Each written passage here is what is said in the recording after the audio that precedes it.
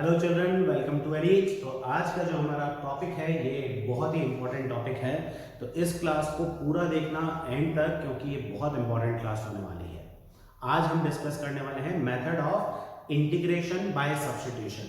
Now integration by substitution ये वैसे तो एक इंपॉर्टेंट टॉपिक है ही है, लेकिन आगे जो हम दूसरे मेथड्स पढ़ने वाले हैं ना, उनमें भी ये मेथड काफ़ी काम आता है। इसीलिए तुम इसको कंसिडर कर सकते हो as one of the most important topics of the chapter integration. तो ये मेथड यूज कब करना है और कैसे यूज करना है वो हम आज की क्लास में डिस्कस करेंगे विद सेवरल एग्जांपल्स। आज की क्लास अगर तुमने पूरी देख ली तो इसका मतलब ये पूरा टॉपिक मोर और लेस तुमने कवर कर लिया। सो let us start with this. जो मेथड है वो यूज कब करना है, सबसे पहले ये डिस्कस करते हैं। नाउ ये जो मेथड है, this should be used when we have a expression जिसका इंटीग्रेशन करना है, उसमें हमारे पास फंक्शन और फंक्शन का डेरिवेटिव जब दोनों एक साथ होते हैं तब वहां पर ये मेथड यूज कर सकते हैं। सो fx is the function, f dash x is obviously the derivative. तो fx अगर फंक्शन है और f dash x उसका डेरिवेटिव है तो फिर वहां पर हम इंटीग्रेशन बाय सब्स्टिट्यूशन यूज कर सकते हैं। यहां भी देखो fx f dash x तो फॉर्म बनी हुई दिख रही है ना, फंक्शन है और फंक्शन का डेरिवेटिव है। प्रोडक्ट डिवीजन किसी भी फॉर्म में आ सकता है। जरूरी नहीं है पूरा पूरा फंक्शन ही तुम्हारे पास मिले, फंक्शन का कोई पार्ट का भी डेरिवेटिव मिल सकता है। जैसे जी एफ एक्स एक फंक्शन है तो पूरे जी एफ एक्स का डेरिवेटिव ना होकर हो सकता है तुम्हारे पास एफ एक्स का डेरिवेटिव एफ डैश एक्स वो तुम्हें मिल जाए, तो ये भी पॉसिबल है। This is also possible. So let us take some examples from this topic. Before proceeding ahead एक छोटी सी बात और ध्यान रखें कि यहाँ पर जो मेथड ऑफ सब्स्टिट्यूशन है, ये मेथड ऑफ सब्स्टिट्यूशन कोर और अप्लाइड दोनों मैथमेटिक्स जो है अपने पास, उन दोनों के लिए ही ये टॉपिक बहुत इंपॉर्टेंट है। अभी जो हम क्वेश्चंस करेंगे आज की क्लास के लेक्चर के जो क्वेश्चंस हैं वो सारे के सारे कॉमन टॉपिक्स हैं, कॉमन क्वेश्चंस हैं। कॉमन क्वेश्चंस का मतलब कोर और अप्लाइड दोनों के लिए इक्वली इंपॉर्टेंट है। तो इसके बाद मैं एक वीडियो और बनाऊंगा जिसमें हम लोग सिर्फ कोर मैथमेटिक्स के क्वेश्चंस ही लेंगे। अभी जो हम ले रहे हैं वो कॉमन क्वेश्चंस हैं, अप्लाइड और कोर दोनों के लिए इंपॉर्टेंट है। तो कोर वालों के लिए एक और वीडियो अभी अपकमिंग है। ये बड़ी अच्छी बात कही आप। I know. तो let us start with the topic now. अब हम टॉपिक भी स्टार्ट कर लेते हैं। तो अब हम कुछ क्वेश्चंस कर लेते हैं। Let us do some questions here. हमारे पास है 2x upon 1 plus x square, इसका इंटीग्रेशन करना है। नाउ सबसे पहले तुम्हें देखना होता है कि क्या तुम्हारे पास एक फंक्शन और उसका डेरिवेटिव है या नहीं। जैसे इस क्वेश्चन को तुम देखकर आइडेंटिफाई कर सकते हो कि 1 प्लस एक्स स्क्वायर ये एक फंक्शन है और 2x जो है वो उस फंक्शन का डेरिवेटिव है। तो तुम क्या करोगे, तुम लिखोगे let 1 plus x square equal to t. अब तुम बोलोगे भैया ये 1 प्लस एक्स स्क्वायर को टी क्यों माना? भाई जो फंक्शन है जिसका डेरिवेटिव अवेलेबल है उसी को टी मानना है, उसको हमें रिप्लेस करना है एक दूसरे वेरिएबल से। तो 1 प्लस एक्स स्क्वायर फंक्शन है और उसका डेरिवेटिव क्या होता है 2x। तो जो फंक्शन है ना, मतलब जिसका डेरिवेटिव तुम्हारे पास अवेलेबल है, तुम्हें हमेशा उसको टी मानना है। तो मैंने 1 प्लस एक्स स्क्वायर को टी मान लिया। अभी अगर मैं दोनों साइड्स को डिफरेंशिएट करूं विथ रिस्पेक्ट टू x, तो 1 प्लस एक्स स्क्वायर का डेरिवेटिव मेरे पास आने वाला है 2x और t का डेरिवेटिव with respect to x dt by dx। So I can replace 2x dx by dt। ये जो मेरे पास 2x dx है ये किससे रिप्लेस हो जाएगा? dt से। और नीचे जो 1 प्लस एक्स स्क्वायर है उसकी जगह मैं लिख दूंगा t। तो व्हाट आई हैव डन कि मैंने 1 प्लस एक्स स्क्वायर की जगह पर तो नीचे t लिख दिया है और ऊपर 2x dx इसकी जगह मैंने dt लिख दिया है। ये हमारे पास हो गया simple integral. Now this is an easily integrable function, बड़े आराम से इंटीग्रेट कर सकते हो। 1 अपॉन टी का इंटीग्रेशन तो सबको पता ही है कि log t होता है, तो मेरा आंसर आ जाएगा log t प्लस c, जहां पर अब t की जगह मैं वापस से ओरिजिनल वैल्यू पुट करूंगा 1 प्लस एक्स स्क्वायर। तो मेरा आंसर हो जाएगा log 1 plus x square plus c। ये मेरा आंसर है। So this is my final answer, 2x upon 1 plus x square का इंटीग्रेशन। ऐसा अब एक और एग्जांपल देखते हैं, 1 अपॉन एक्स लॉग एक्स। जरा सोच के बताओ किसको t लेना है? बिल्कुल सही गैस किया है, log x को t ले सकते हो। क्यों? क्योंकि log x का डेरिवेटिव क्या होता है, derivative, think on differentiation, log x का डेरिवेटिव होता है 1 अपॉन x और मेरे पास उसका डेरिवेटिव 1 अपॉन x है। तो जिस फंक्शन का डेरिवेटिव अवेलेबल है उसको t मानना है, तो मैं log x को t मानने वाला हूं। तो ये तो t में चला जाएगा। अब बचा क्या, 1 upon x into D x, तो वो तो डिफरेंशिएट करके मिल ही रहा है।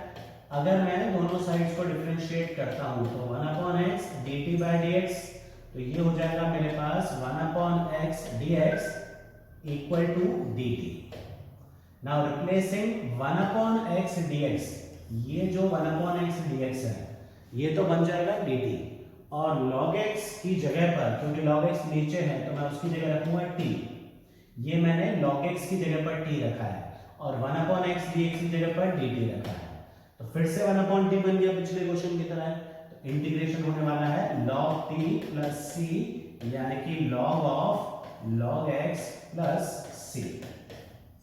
ये हमारा आंसर हो जाएगा। So your answer is log of log x plus c। तो ये हमारी बात हुई कि हम इस तरह से इसको सब्स्टिट्यूशन से इंटीग्रेशन कर सकते हैं। और भी अभी बहुत क्वेश्चंस आने हैं, जैसे जैसे तुम देखते जाओगे चीज़ें बहुत इजीली समझ में आती जाएंगी। बिफोर मूविंग अहेड, एक चीज़ और कि हम लोग अब इंस्टाग्राम पर भी हैं, तो you can search for Elite a centre of education on Instagram and subscribe us there. भाई मजा आया। तो चलो आगे चलते हैं। Next is x into e raise to power x square. तो x into e raise to power x square है, इसका हमें इंटीग्रेशन करना है। यहाँ पर देखो e raise power x square एक पूरा फंक्शन है, लेकिन तुम्हारे पास उसका डेरिवेटिव तो नहीं है ना। e की पावर एक्स स्क्वायर को मैं डिफरेंशिएट करूंगा तो मेरे पास आएगा e की power x square into 2x, वो तो मेरे पास है नहीं। तो अब मुझे ऐसी चीज ढूंढनी पड़ेगी जिसका डेरिवेटिव अवेलेबल है। तो बिल्कुल सही चीज देखिए, ये एक्स स्क्वायर का डेरिवेटिव मेरे पास है, तो यहां पर मैं पूरे फंक्शन e की पावर एक्स स्क्वायर को t नहीं मानूंगा, मैं सिर्फ एक्स स्क्वायर को t मान लूंगा। तो मैं ले लेता हूं एक्स स्क्वायर को t, let x square equal to t। अब मैं डिफरेंशिएट करूंगा तो 2x equals to dt by dx है, लेकिन मेरे पास तो सिर्फ x है, x और dx है, तो x और dx को मैं लिखूंगा half dt। I will write it as half dt। तो ये मैं x और dx, इसकी जगह मैं लिख दूंगा हाफ, कांस्टेंट है बाहर रख रहा हूं dt, और यहाँ पर e की पावर एक्स स्क्वायर है, एक्स स्क्वायर की जगह आ जाएगा e की पावर t dt। तो मेरा फंक्शन बन जाता है e की पावर t dt। अब e raise to power t की जगह पर का इंटीग्रेशन अगर मैं करता हूं तो e रेज पर t का इंटीग्रेशन e रेज पर t ही आता है, तो मैं इसको लिख दूंगा half e raise power t plus c, और अगेन री सब्स्टिट्यूटिंग e की पावर एक्स स्क्वायर t की जगह मैं एक्स स्क्वायर लिख दूंगा, ये मेरा आंसर हो जाएगा। तो तुम्हें करना क्या है, सबसे पहले फंक्शन ढूंढना है जिसका डेरिवेटिव है, जिसका डेरिवेटिव अवेलेबल है उसको t मानो, उसके बाद वो फंक्शन इजीली इंटीग्रेबल हो जाता है। इंटीग्रेबल हो गया तो उसके बाद तो कोई प्रॉब्लम है ही नहीं, तुम्हें उसका सिंपल इंटीग्रेशन करना है। अब आते हैं नेक्स्ट क्वेश्चन के ऊपर, x root 1 plus 2x square. ये क्वेश्चन मैं तुम्हारे लिए छोड़ूंगा क्योंकि ये क्वेश्चन मोर और लेस इसी तरह का है। यहां पर हम किसको t मान सकते हैं, यहां पर हम मान सकते हैं 1 प्लस 2x स्क्वायर को t। क्यों, क्योंकि 1 प्लस 2x स्क्वायर को जब मैं डिफरेंशिएट करूंगा तो मेरे पास आएगा 0 प्लस 4x, तो 4x आएगा मेरे पास डेरिवेटिव, जिसमें से x मेरे पास है, 4 कांस्टेंट है, उसकी कोई प्रॉब्लम नहीं है, वो हम डिवीजन में ले आएंगे। जैसे यहाँ पर भी मेरे पास एक्स स्क्वायर का डेरिवेटिव 2x होना चाहिए था, तो 2 नहीं था पर 2 मैनेज हो गया था। तो ये चीज मैं करूंगा, यहाँ पर मैं 1 प्लस एक्स स्क्वायर को t ले लेता हूँ, 4x dx will become dt and x dx की जगह मैं लिखूंगा dt अपॉन 4। तो अब जरा इस क्वेश्चन को आगे कैसे करना है, that is left for you, तो तुम इसको ट्राई करना है। अब हम करते हैं अगला क्वेश्चन। तो अगला क्वेश्चन है x³ अपॉन x4 प्लस 1। ये क्वेश्चन भी देखकर तुम्हें काफी कुछ समझ में आ गया होगा कि x4 प्लस 1 को तुम t ले सकते हो, क्योंकि x4 प्लस 1 का डेरिवेटिव 4x³ होता है और उसमें से मेरे पास x³ ऑलरेडी है, तो मैं x4 प्लस 1 को t ले लूंगा। तो ये हो जाएगा मेरे पास 4x³ is equals to dt by dx। तो ये बन जाएगा x³ dx equals to 1/4 dt। So replacing it 1/4 1/t dt। तो 1/t का इंटीग्रेशन it will be again log t plus c। तो 1/4 log t की जगह पर हम लिख लेंगे 1 प्लस x4 प्लस c। ये हमारा आंसर है। So this will be our answer. तो काफी कुछ वैसा ही था जो हम पहले कर चुके थे। अब हम आते हैं, ये एक अलग तरह का क्वेश्चन है, e⁻³ log x। यहां तुम्हें थोड़ा सा ध्यान रखना है, जब भी तुम्हारे पास e की पावर में log आ जाता है तो वहां तुम्हें सिंप्लीफाई करना होगा ही होगा। ये चीज ध्यान रखने की है कि अगर e की पावर log a है कभी तुम्हारे पास, तो that is as good as a। तो e⁻log of a को तुम a लिख सकते हो। तो इसका मतलब जब भी e की पावर में log आएगा तुम सिंप्लीफाई करोगे। अब जैसे यहां पर है e की पावर 3 log x, तो 3 log x is log of x³, क्योंकि तुम्हें पता है कि log of a की पावर b is equal to b log a। 11th class में प्रॉपर्टी पढ़ चुके हो तुम कि log of a⁻b b log a होता है। तो इसका मतलब अगर मेरे पास 3 log है तो मैं इसको log x³ लिख सकता हूं। तो इसको मैं लिखूंगा e⁻log of x³ x4 plus 1 की पावर -1 है, तो उसको मैं अपॉन में लाकर x4 प्लस 1 लिख लेता हूं। नाउ e⁻log of a होता है, तो e⁻log of x³ क्या होगा? ऑब्वियसली x³ होगा। तो ये बन गया x³ upon x4 plus 1। e⁻log of x³ बन गया, तो ये x³ upon x4 plus 1। Now this is the previous question only, x³ upon x4 plus 1। अब इसके बाद तुम x4 प्लस 1 को t लेकर इसको सॉल्व कर सकते हो। तो एक्चुअली में ये दो क्वेश्चन सेम ही थे, बस फर्क ये था कि e की पावर 3 log x दे दी तो तुम्हें उसको सिंप्लीफाई करना था पहले, दैट वाज नीडेड। अब आते हैं अगले क्वेश्चन के ऊपर, e⁻²x plus e⁻⁻2x upon similar terms हैं माइनस में। यहां पर तुम अगर ध्यान से देखो तो डिनोमिनेटर जो है और जो न्यूमरेटर है दोनों एक दूसरे के डेरिवेटिव हैं, सिर्फ एक 2 की कमी है। अगर तुम इसको t मानते हो तो उसका डेरिवेटिव तुम्हारे पास ये है, और इसको t मानते हो तो उसका डेरिवेटिव ये है, लेकिन मानना तो किसी एक को ही है। तो मैं एक चीज यहां ध्यान रखूंगा कि मैं न्यूमरेटर को t नहीं लूंगा। क्यों नहीं लूंगा? क्योंकि न्यूमरेटर का अगर मैं t लेता हूं तो उसका डेरिवेटिव मेरे पास डिनोमिनेटर में है, dx के साथ नहीं है। dx के साथ होना चाहिए उसका डेरिवेटिव।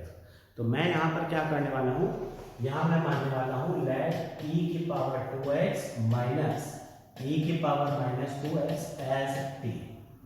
अब मैं इसको डिफरेंशिएट करता हूं, तो e की पावर 2x का डेरिवेटिव e⁻²x, चेन रूल से 2x का भी डिफरेंशिएशन होगा व्हिच इज 2।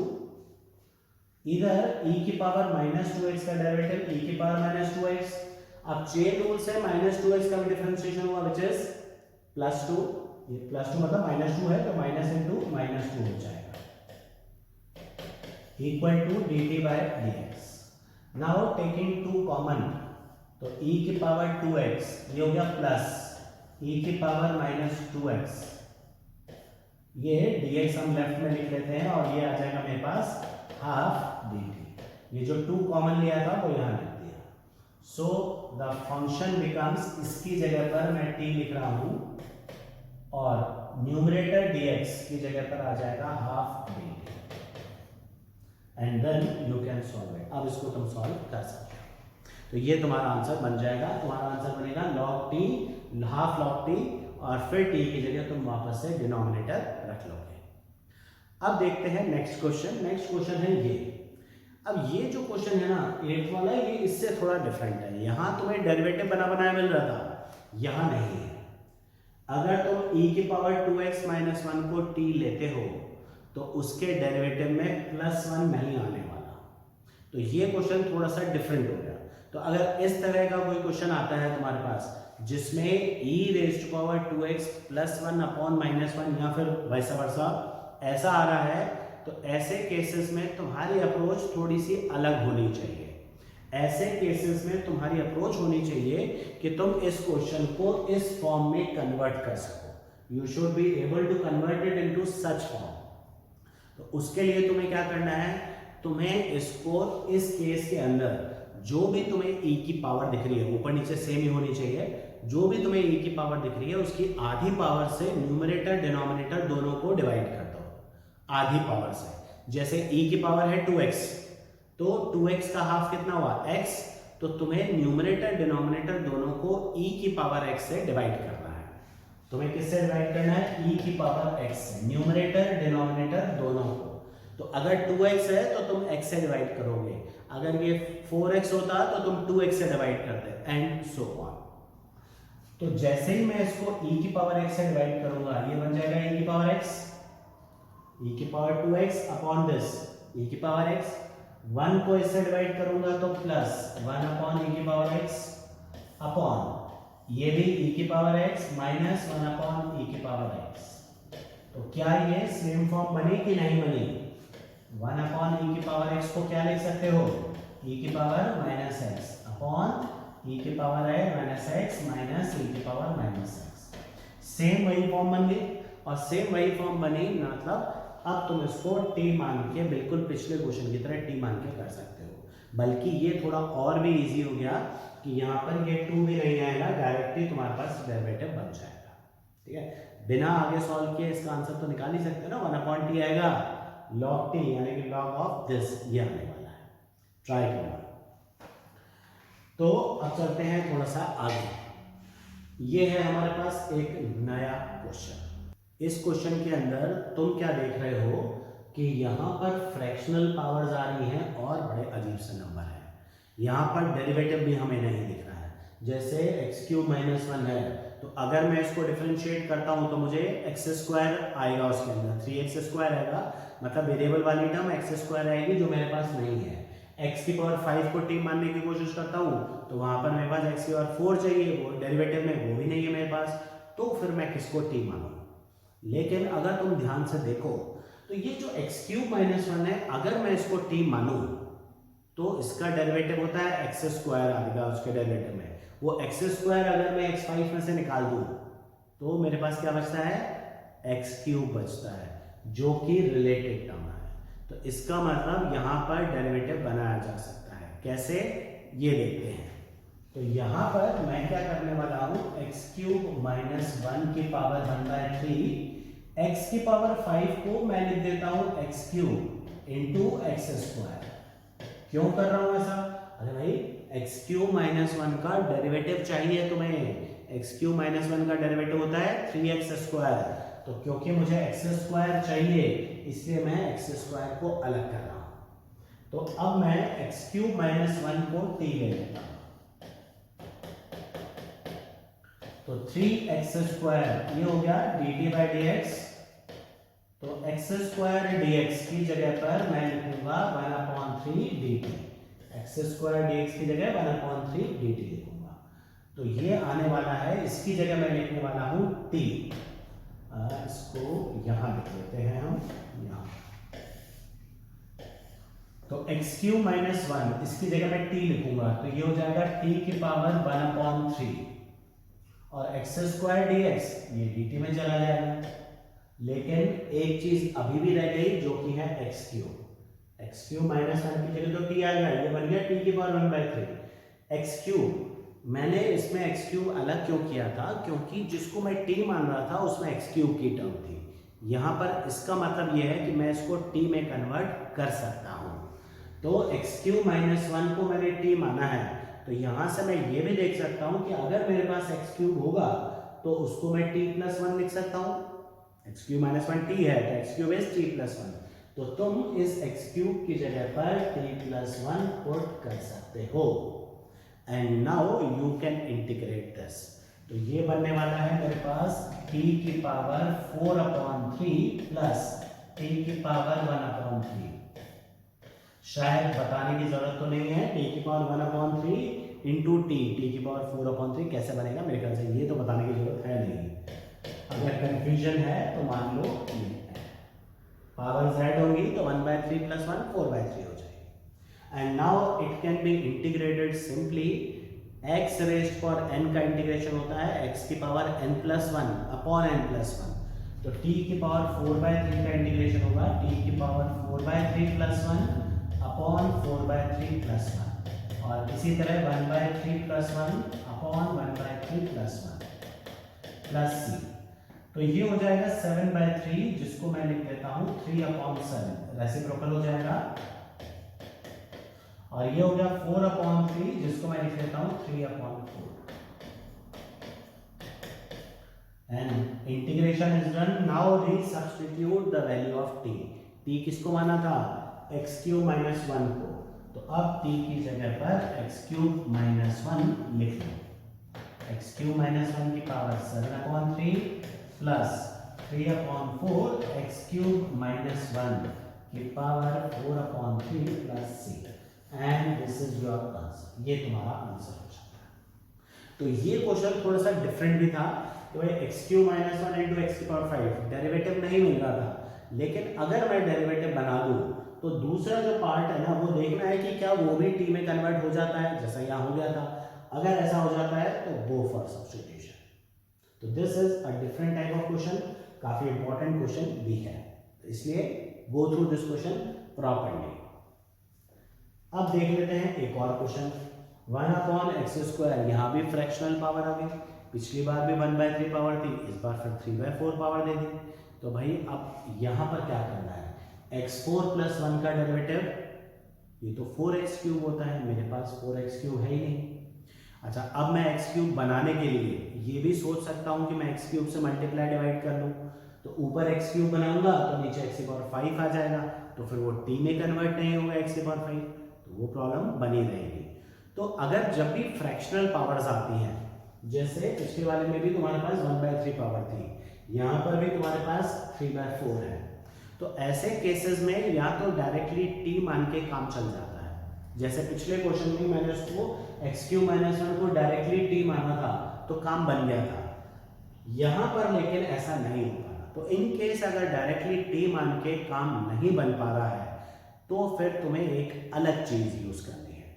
तुम्हें क्या करना है, जो भी अपने पास फ्रैक्शनल पावर के अंदर एक्सप्रेशन है उसमें जो x की सबसे बड़ी पावर है वो कॉमन लेनी है। तो x4 + 1 है, तो x4 + 1 में से तुम्हें x4 कॉमन निकालना है। x4 कॉमन निकालोगे तो जरा देखो, x4 + 1 की पावर 3/4 है, x4 कॉमन निकालना है। हो सकता है तुम में से कोई सोचे भैया x4 + 1 में x4 कैसे कॉमन निकाल लोगे जब 1 में है ही नहीं। तो भाई हम सब कर सकते हैं, हम मैथ्स कर रहे हैं, तो हम क्या करेंगे, 1 को लिख लेंगे x⁴ अपॉन x⁴।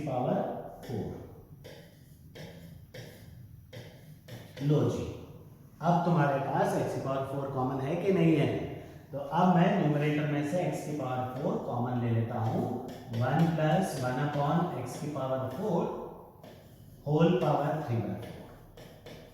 अब 4 की पावर 3/4, तो 4 की पावर 3/4, पावर के ऊपर पावर मल्टीप्लाई होगी तो बचेगा x³, 1 + 1/x4 की पावर 3/4।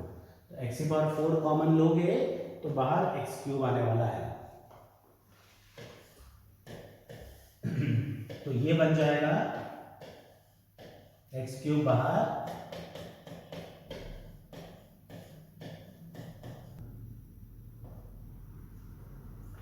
तो ये बन गया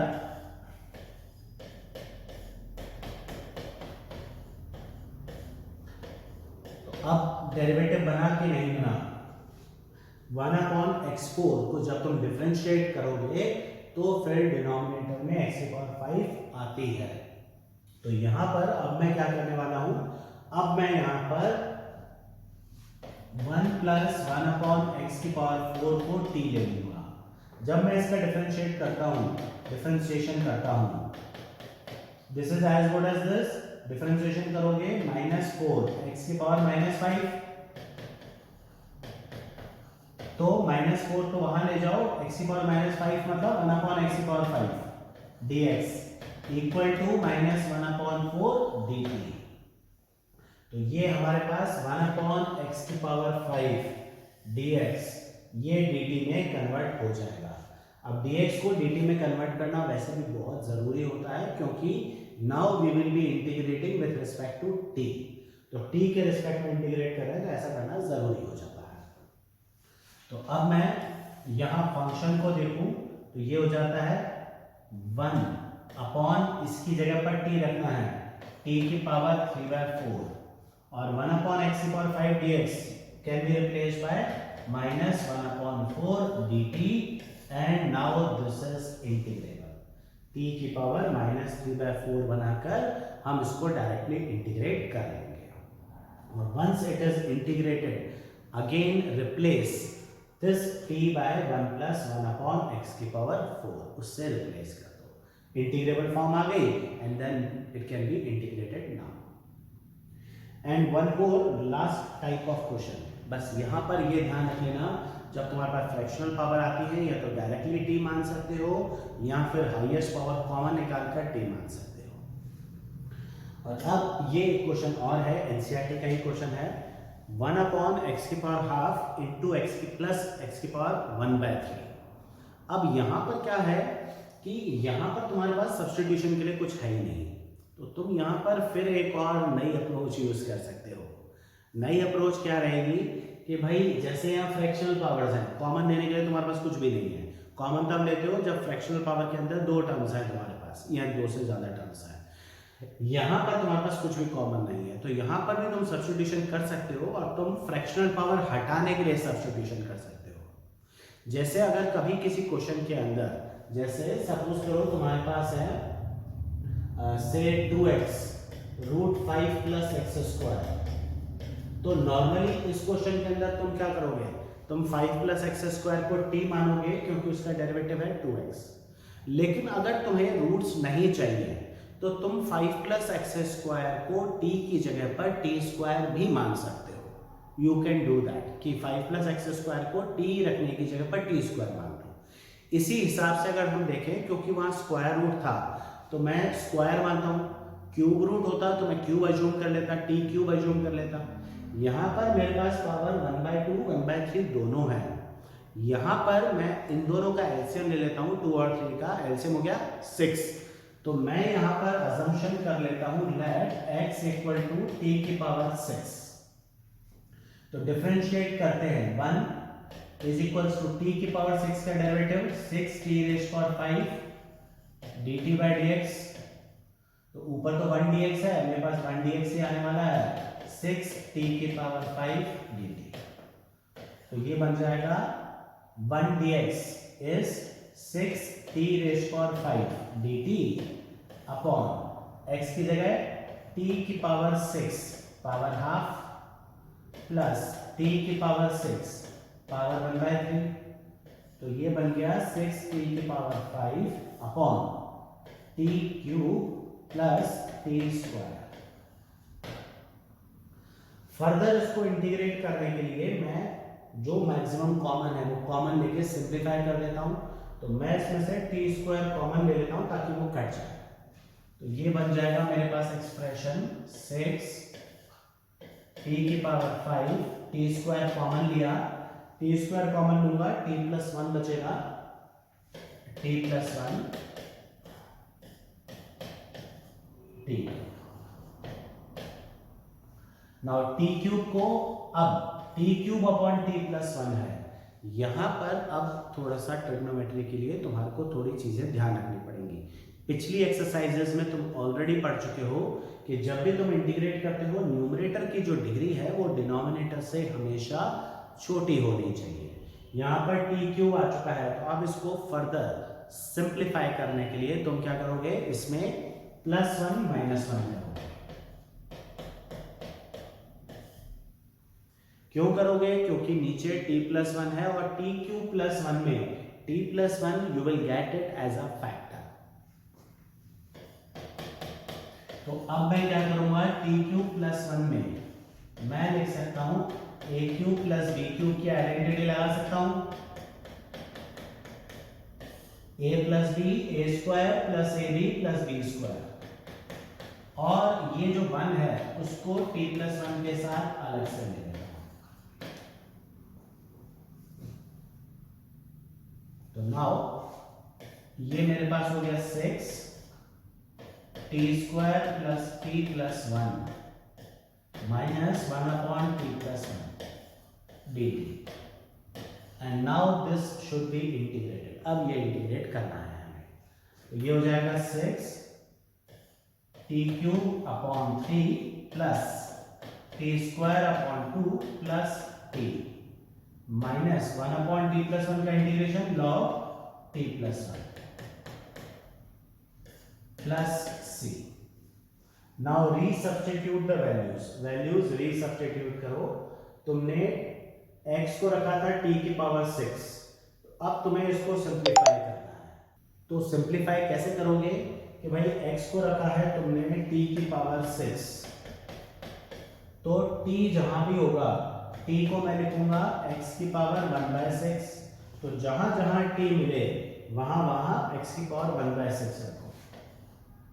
तो x की पावर 1/6 की पावर 3 t³ है ना अपॉन 3 प्लस x की power 1/6 whole square upon 2 plus x की पावर 1/6 माइनस log x की पावर 1/6 प्लस 1 प्लस c।